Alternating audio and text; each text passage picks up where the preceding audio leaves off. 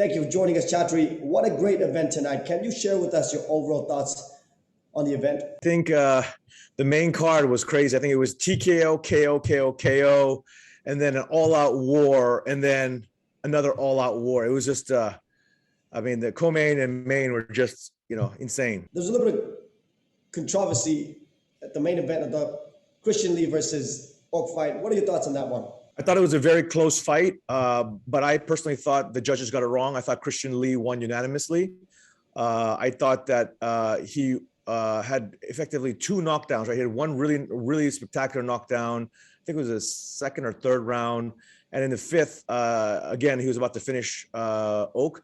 Now, I do think it was a close fight because, even though Christian did have the takedown attempts and the near submission from the back standing, and then the two, one knockdown and one, clearly Oak was hurt in the fifth round.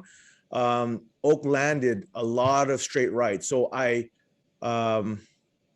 is what it is, but I think the judges got it wrong. I just, Oak is clearly one of the best lightweights on the planet, full stop, for any organization.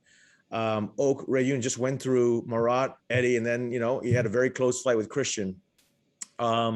I'd like, to talk to both of them and stuff and see what might transpire. But I mean, yeah, I definitely thought that Christian won the fight, even though it was close. This first question will go to Nisi Icasiano of IB Times. Nisi, the floor is yours. Chatri, I just want to comment on what Dana White said most recently regarding the hybrid MMA match that you're planning to put up this coming December. I didn't catch all the comments. I mean, somebody had told me he mentioned something, but I wasn't clear, so I didn't watch the comments or anything. What do you say? Okay. Now that Rod Tang tested positive for COVID-19, does that put the fight in danger this coming December? Yeah, I mean, obviously, first of all, I wish Rod Tang, a full and speedy recovery from COVID. So, COVID obviously hits people in different ways. Some people are asymptomatic, and some people obviously, have a lot of difficulty in it, and many people obviously pass away. So I hope that Rod Tang has a speedy and full recovery. So I'm not even thinking right now about December 5th. I'm really just focused on, wishing him a full recovery. Our next question will go to Nick Akin of South China Morning Post MMA. Hey, Chatri. Yeah, I think you spoke about it already, but Christian, and do you think we can do, are you going to do a rematch? And do you think December is too soon? Would you like to see that for the 10th anniversary show? I don't know. I mean, what was the general consensus, by the way, on the Christian Lee versus Rayun Oak fight? I'm just curious what people thought out there. In the media, what did you guys think? I'm just curious. Well, we had our fight companion. I think all of us on that thought Christian won, and we were definitely shocked. And I mean, even looking at Oak's face, like, I think he was surprised. Right. Yeah, I agree. I thought the judges got it wrong on this one. But I guess it's one of these things, right? You have to finish fights. Otherwise, the judging is, every major global organization in the world has this, where some fights just, bad judging sometimes. And we saw that you very quickly reviewed Denise Zamboanga against Ham Sohi. Do you anticipate a review for this fight? I don't know. I'd have to see. I did. Ken Christian's father had asked for a review, but again, it was just, everything's happening so much. I so quickly. I didn't have time to talk to anybody. So I didn't have any words yet. I mean, I have to wait for all the officials and judges. But I mean, so many things happened. I'm just trying to think of what else I can ask you. But what do you think about what's next for Martin Nguyen? Because that was shocking. First round TKO there. I thought Martin made the same mistake he did with Tan. Martin obviously has massive KO power with that overhand right, but with an overhand right, you're going to be susceptible to short straight rights, right? And Martin, you could just see he leaned into it, overextended, and he didn't set anything up. So, I think that was what I was surprised by today with Martin. He didn't really set up his shots, the way he would normally, and so when he tagged Kim with one punch. Then he thought, okay, I'm going to come in another one, but he didn't even, no jab or anything, just loading up. And then, so, Kim just threw a straight right. And yeah, it was, I think Martin has to go back to his more almost counter striking or patient way of striking, as opposed to, headhunting. And sorry, very quickly, I know there's other people on the chat. Just is that their next title shot for Kim against the winner? Yes. Kim will face the winner of Gary Tonin and Tanlay. Yeah. Our next question goes to Leon Jennings of Asian Persuasion MMA. I was on the side. I thought Christian won the fight, just to give you my feedback there. But on a positive note, who impressed you most? I mean, obviously there's some big performances tonight. Who impressed you most on this card tonight, or more than one? Man, like I said, the main card was insane. I think Anatoly's KO was just vicious. What I realized from watching him in this fight is, he's a heavyweight. Obviously, he's a world-class wrestler, but his striking was very crisp. I mean, his timing, his head movement, his left hook. I mean, just, he's got really natural striking ability. So obviously, coupled with world-class wrestling, Anatoly's now 10-0, so he's getting a title shot against Arjun Bular. Yeah, definitely deserved it. Where's Kang Ji-won fit in the heavyweight division? Obviously, he's unbeaten as well. He's got a knockout win against Amir. Yeah, so he was offered a few fights, but his eye hadn't recovered. So that he kind of he was offered Bushesha. He was offered a couple fights, and he turned them down because of his eye. I guess he hurt his retina against Alec Bari, right? Yeah. And since then, we've offered him, I think, 2 or 3 fights, and he's turned them down. So, I wish him a speedy recovery as well. I don't know. I haven't talked to him, so I don't know if his eye is still bothering him or not. But obviously, yeah, he's still early in his career. I think he's 4-0, 5-0. Obviously, impressive. Yeah, I thought he might be injured. I thought it might still be the eye. Great. Yeah. Off topic, Ilyas Enahachi, Superlek. I think you disagreed with that result at the time, and that was going to be an immediate rematch. I was just thinking about this week. Is there any news when they might run it back? Man, I have so many fight cards in my head, but yes, they've been offered that fight already for a upcoming card. I can't remember which one. I'm sorry. It's just I came straight from the stadium, to this PC because of all the bubbles and the restrictions. Yeah, I mean, it's been a little bit chaotic. So normally we obviously have our post-fight press conferences, in the stadium, but here we have it here in the hotel. Kapitan won again tonight. Very competitive fight. There's been a little bit of talk between him and Nongo fighting either for the kickboxing title or the Muay Thai title. Is that a fight that we could see potentially in the next few months or next year? It doesn't look like Kapitan wants to challenge for the Muay Thai world title against Nongo. I don't know. I haven't really thought about it. I think it'd be a fun fight for the fans. And obviously, Kapitan does come from a Muay Thai background, and his daunted right hand and left hook. Imagine in 4-ounce gloves, the damage he would do. So it could be a fun fight. Yeah. Next question goes to Raj Sarkar of Essentially Sports. Hello, Chatri. First of all, it has been an amazing night, back-to-back action. A lot of fighters really looked amazing tonight. So I just wanted to know which are the fighters that grabbed most of your attention. Like I said, Anatoly to me, 10-0. It's amazing. Like obviously, he's had a tremendous run before one, but even during one, and he is world championship caliber. There's no ifs, ands, or buts. I mean, the way he moves, his wrestling, his cardio, and his boxing, he's just he blew me away. Really, just incredible. And obviously, I was blown away by Kim Jae-woong as well. That technical right hand. I think many people were expecting Martin to knock Kim out, and so it was a real shocker. But yeah, I mean, main card, like I said, with TKO, KO, and then 2 absolute wars that were close fights. Also, Stamp Theoretics recently took to Instagram, and it seems that the one atomweight Grand Prix results are out, and it seems Stamp Theoretics is going to face Ham, and Ritu Phogat is going to face Itsuki Hirata. So, what do you make of these matchups? Well, the fans decided this one, right? So we announced during the broadcast, and so Itsuki faces Ritu, and Stamp faces Ham. And in a way, it's like the semifinals are two grapplers, and then the other side is two strikers, right? So it's a striker versus striker in one semifinal, and it's a grappler versus grappler in the other semis. And so the final is definitely going to be, it's going to be a striker versus a grappler final. So it's, I mean, the atomweight division is so close. I mean, the four athletes are just, phenomenal, and the margin for error, it's hard to pick who's going to win. Also, Chatri, you recently took to social media and you posted that you have won a brown belt in BJJ, which is absolutely a big achievement. So, and in recent times, you've seen a lot of exhibition matchups, a lot of things happen, and fans are actually buying it. So, can we expect Chatri Sityodtong to enter into a BJJ or an exhibition event like that in the future, or maybe after years? Against who? I'm not sure that fans want to see me. Obviously, I'm not a world championship caliber martial artist. I am a lifelong martial artist. I am an expert in Muay Thai, and I'm pretty decent at jiu-jitsu now. But I don't know if who would fans want to see me against? Who do you want to fight? Like, if you are given the chance.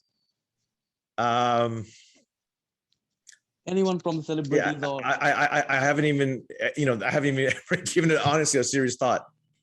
Maybe you versus Dana White someday.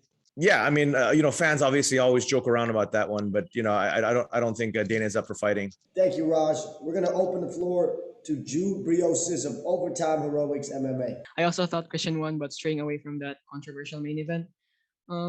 How does it feel seeing all these new fighters coming into one and flourishing into absolute superstars? Like we saw Marcos Almeida win in the first round, a 17-year-old Victoria Lee win with another impressive win to go 3-0 at 17 years old, and of course we just saw Ok beat his third world champion in a row to win the belt.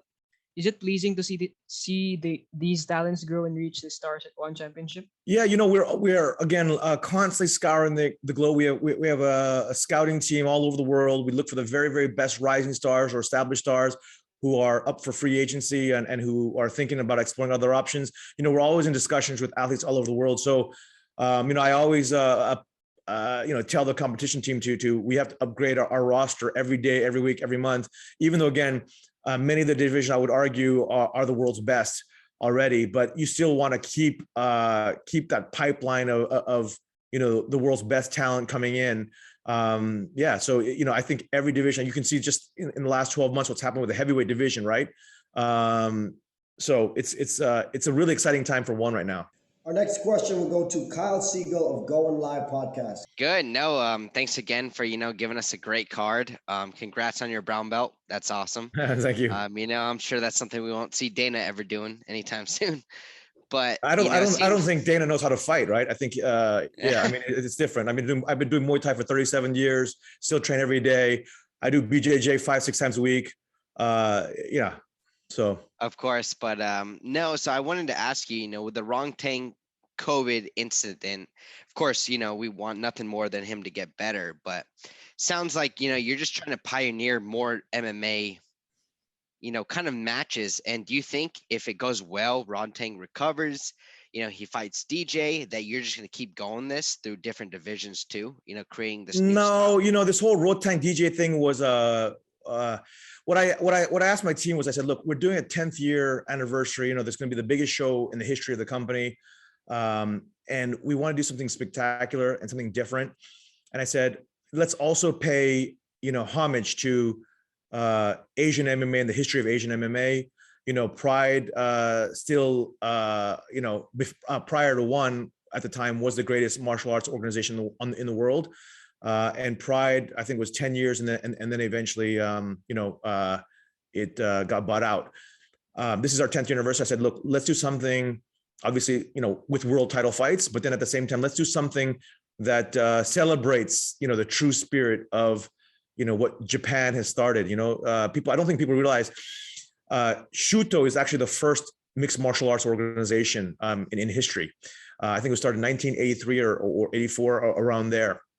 And it's still today, in Japan, obviously. And I just told my team, hey, think of a crazy fight that we could do that would, it's a once-off thing. It's not like we're going to do this every event or with other fighters.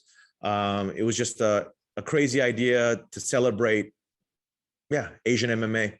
Our next question goes to Steve Irvine of MMA Radio. Thank you very much for taking the time to talk. Congratulations on such a big event. The MMA community are talking very loudly about this, so congrats. It's amazing. Hey, thank you so much. It's crazy night of fights. It's spectacular. I mean, the kickboxing, the Muay Thai fights, the MMA fight, it was just an all around, these are the world's greatest martial artists, like I always say, and one being the world's largest platform of martial arts, the world's largest stage of martial arts. That's why I said our roster for me is the greatest in the world. It was truly amazing. I just want to ask one more question. So we know that ONE FC is going to be going to America, and we know that ONE has held an event in Europe before. But can ONE fans across in Europe and in the UK perhaps, could we see an official ONE card happening here over the next couple of years or so? Yeah, no, definitely. When we look at the, our expansion plans and what's going to happen in the next few years, definitely Europe is on the map. Obviously, US is on the map first, but Europe is definitely up on the map, and even Latin America. We feel like obviously from our social and digital stats, we can see that our fans are truly global, all over the world. We've got crazy ONE fans who enjoy the variety and of martial arts that we celebrate on our stage, and then on top of it having the world's best martial artists. Next question goes to Dylan Bowker of My MMA News. You were referencing Shudo a bit earlier, though, and Satoru Sayama, the founder there, obviously Tiger Mask in the professional wrestling world. Like, I know Arjun Bowler has in past called out certain pro wrestlers for fights. Has there been any dialogue with any name value pro wrestlers about a possible mixed martial arts foray into the circle? Yeah, again, like we're talking to athletes from all backgrounds all the time, and so yes, there have been some pro wrestlers that have expressed interest, and so we're always constantly in dialogue again with rising stars, established stars from all martial arts backgrounds. So yeah, we have been in discussion, but nothing of note right now. Fair enough. And then also Pride was kind of referenced there. Some sequences in that Buchecha fight kind of gave me flashbacks to Mark Coleman versus Igor Vovchanchin. Like, how cool is it for you, just on the level of, I guess, being a martial arts aficionado, to see such a immensely decorated BJJ player utilize the global rule set in that? Right. So way? yeah, so here's the thing, right? It's if you look at our roster, we have world champions, across the platform. I mean, it's just crazy how many world champions we have from different disciplines from around the world who are either doing mixed martial arts or kickboxing or Muay Thai or et cetera, et cetera. We have, the GOAT, Gordon Ryan in submission grappling. He is on making progress for a comeback in terms of his submission grappling career. I heard he's fighting Andre Galvao in ADCC, I believe, next year. Buchecha, obviously the greatest jiu-jitsu stylist in terms of he or Roger Gracie, people will say, right? But I mean, it's you look at the Muay Thai guys, you look at kickboxing guys, you look at the mixed martial arts guys, DJ, the GOAT. You look at in kickboxing, Petrosian, the GOAT, right? I mean, I'm just out of our like 600 athletes, I want to say around half or so are like legit world champions in their individual disciplines. And that's what's so crazy about our roster. Like, no other roster in the world of any organization has the depth and collection of world titles from other organizations or in single disciplines than ONE. I mean, you just don't have that level of expertise. And that's why when, I kind of laugh when you see the Western organizations say, we have the best strikers in the world, blah, blah, blah. It's not true. It's just not true. You want to look at elite striking, you look at, a ONE Muay Thai match or ONE kickboxing. That is truly the best in the world. And, I'm speaking as a lifelong martial artist. I have 37 years of Muay Thai as a student, competitor, teacher, coach, whatever, and now a CEO. And I have about 16 years of jiu-jitsu, 10 years of no gi and 6 years of gi. And I'm speaking objectively as a lifelong martial artist. You look at the caliber, yeah. And so it's just watching Buchecha in action was amazing. When Buchecha was competing in BJJ, he's a heavyweight that moves like a featherweight. His balance, his explosiveness, he's just so light on his feet, his weight distribution. He has the X factor in jiu-jitsu. A lot of heavyweights in jiu-jitsu don't have that there, or even in striking for that matter. Very few heavyweights are super light on their feet with great balance, explosiveness in the way Buchecha is. So yeah, Buchecha has a massive future. Our next question will go to Jay Anderson of Cage Side Press. The talk of you fighting Dana, which I think is kind of hilarious. How important is it for you to keep the athletes as the face of the promotion? Because in other companies, it does feel like the promoter sometimes overshadows the roster. You know, like the two most common questions I get, like on my social media or even one championship, is when will there be a ONE versus UFC event? And I would love to do that in a heartbeat, champion versus champion. And then the second question I always get is, you know, whenever, like, I don't know, my brown belt promotion, people are like, oh, then you go fight Dana. Or whenever I post a video of me doing Muay Thai, go fight Dana. Like, I honestly don't think that would be competitive. I mean, does Dana even do martial arts? I don't think so. I don't know what his background is, but yeah, I think he's an awesome businessman. He's a great fight promoter, but I don't think he does martial arts. Not that I know of. Fair enough. And there's been talk of TV deals coming up, and I know AEW just announced that they are moving to TBS. You were kind of paired with them on TNT. Is there anything in the pipeline in terms of ONE going back to US TV, and right, you know, will it be on TNT or something else moving forward? Yeah, so CAA represents us in the US. I can tell you that we've been on a US media rights roadshow the last several weeks, talking to all the major network broadcasters as well as the digital players in the US. Knock on wood, if conversations continue as they are, we will have some good news to announce, you know, in the coming weeks. But again, still, we're right in the middle of it. So yeah, and obviously Turner is in those discussions as well. But it's just we're talking to every broadcaster. CAA lined this up for us. Obviously, Oak got the win tonight. There's the possibility of the rematch, and there's also Eddie Alvarez, who has fought and lost to the new champ. Is there anything planned for him coming up? Yeah, I mean, definitely. I mean, you know, I love Eddie. He's a phenomenal fighter, and I still think, you know, he hasn't had great performances in ONE, but is he still amongst the, you know, the best lightweights on the planet? For sure. I mean, I think when he left the UFC, I think he was number 3 or number 4 ranked lightweight in the UFC, and then he came over here and then he got knocked out. And then I think he's had a couple of losses here in ONE, right? So I think he needs to find his footing a bit. And then, you know, like I've always said, you know, Eddie's won the UFC title, he's won the Bellator title, and the only other global organization he hasn't won the world title is with ONE, right? So yeah, I think his pedigree, his career credentials, if he puts a few wins together, or even a 1 or 2 big wins, I think he deserves a title shot. Next question goes to David Umall of CNN. For the up-and-coming Team Lakay fighters like Stephen Laman and Janlo Sangiao. You know, I'm just blown away by Joshua Pascal's performance tonight. He made it look easy. You know, he did. Team Lakay, a bunch of members had COVID earlier this year. You know, I was concerned about ring rust for Joshua. But I mean, he just destroyed Yosuke. I mean, it was not even close. And you know, the Team Lakay guys, I'm really blown away by the younger generation. I can't wait for Janlo Sangiao's debut. I can't wait for Stephen Loman's debut. Team Lakay, genuinely one of the greatest teams on the planet. Full stop. Full stop. Bong Lozada of Phil Daily Inquirer. It's about what Dana said earlier, so I'm just gonna read out what he said. So okay. What Dana said was the special rules fight was weird and won't work. He said if it ain't broke, don't fix it. If you want to watch Muay Thai, watch Muay Thai. What is your response to that? First of all, like I said, Dana is a great businessman, but he doesn't know anything about martial arts. I don't even think he knows how to throw a leg kick. He talks like it with his athletes, but I don't think he can. Love to see a video of him throwing a leg kick. So I don't think even he's qualified to talk about Muay Thai. So for me, it's you know, we have a different approach. You know, UFC is the largest mixed martial arts organization in the world.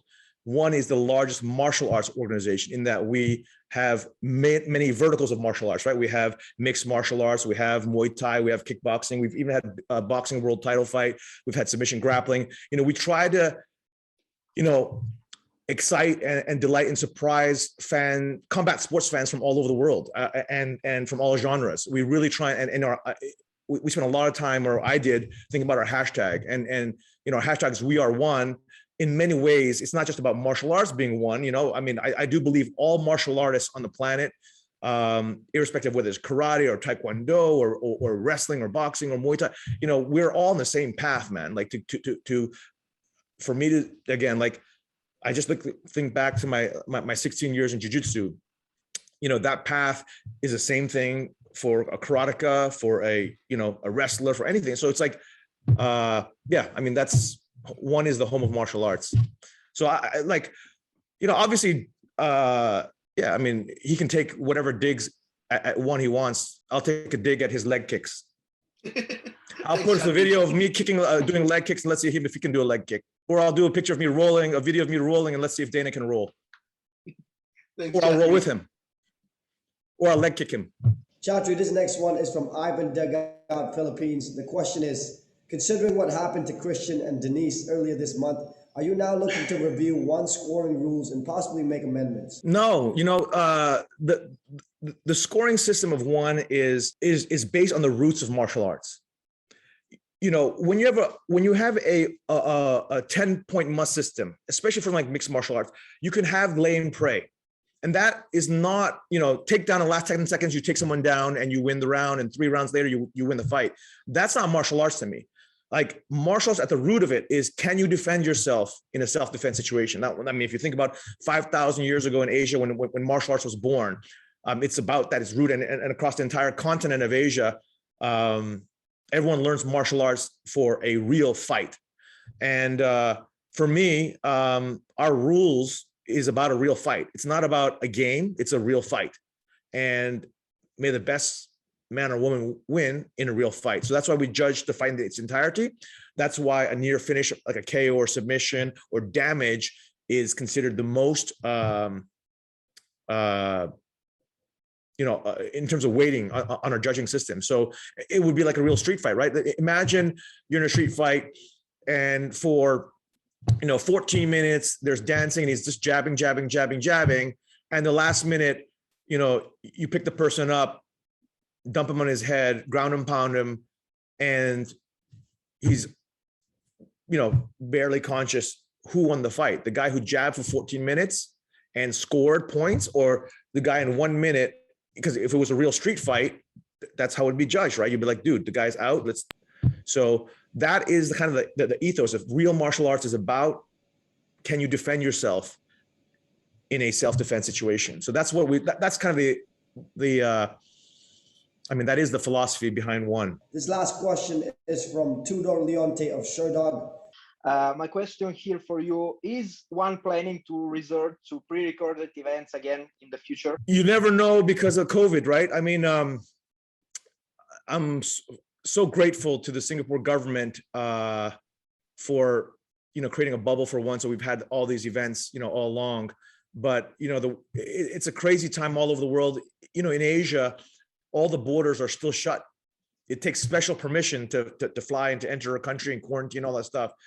And so, we're all live now. And obviously, during the height of COVID, we did have some pre-recorded shows.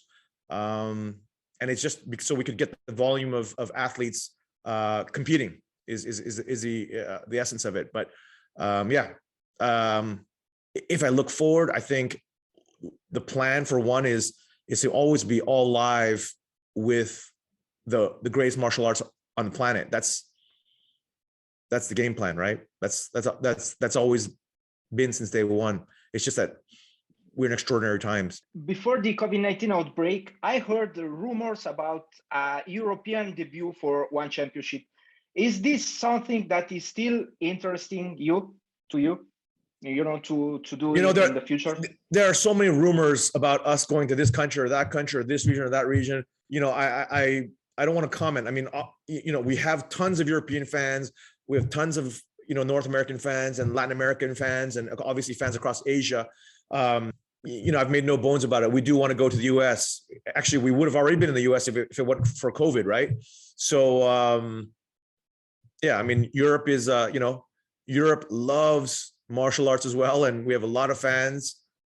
Yeah,